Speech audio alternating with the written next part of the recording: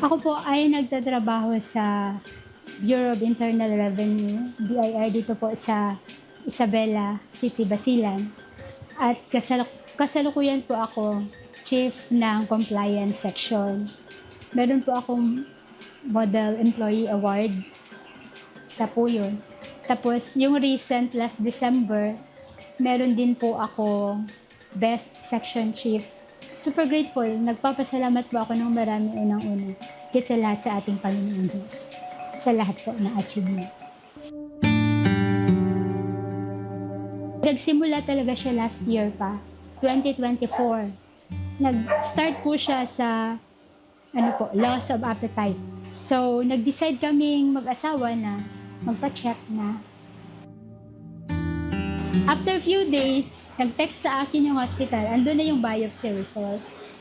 Tapos nung tinawag ako, kinuha ko yung envelope, umupo ako, binuksan ko po. Nakita ko malignant. So, ibig sabihin, cancerous po siya. Adenocarcinoma. Natulala ako sandali.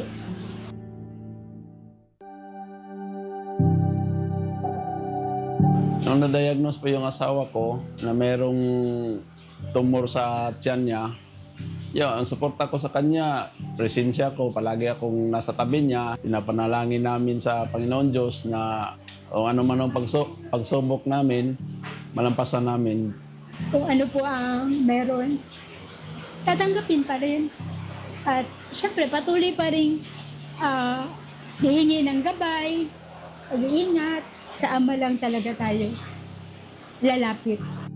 Kahit na anong pagsubok, hindi ko siya question. Masaya kami na binigyan kami ng pagsubok para maging matatag yung pananampalataya namin. Sa mabuti at sa mga mahirap na pangyayari, mamamalagi po talaga tayo sa sampalataya, tatawag sa Ama at susunod sa kanyang mga utos. Ano man po ang darating sa buhay ko ay sa ikabubuti ko po yun. Nag-iiba na yung takbo ng mundo at ang pamamahala naman ay palaging nagtuturo ng mga napapanahon na aral. Guided pa rin po tayo ng mga aral ng Panginoong Diyos sa pamamagitan ng pagtuturo ng pamamahala. Napakalaking bagay po yun sa bawat iglesia ni Cristo. Hindi nagkulang ang Diyos sa pagtulong at paggabay sa akin. Sobrang nagpapasalamat po ako beyond words. Nakikita ko sa asawa ko, sobrang matibay sa pananampalataya. Kung ipapahiram niya pa sa akin itong buhay at lakas, patuloy na sa sampalataya sa madakilang magagawa ng Ama sa buhay ko, patuloy na lalaban, magpapakatatag, tutupad pa rin ako ng aking mga tungkulin at gampanin sa loob ng Iglesia ni Cristo.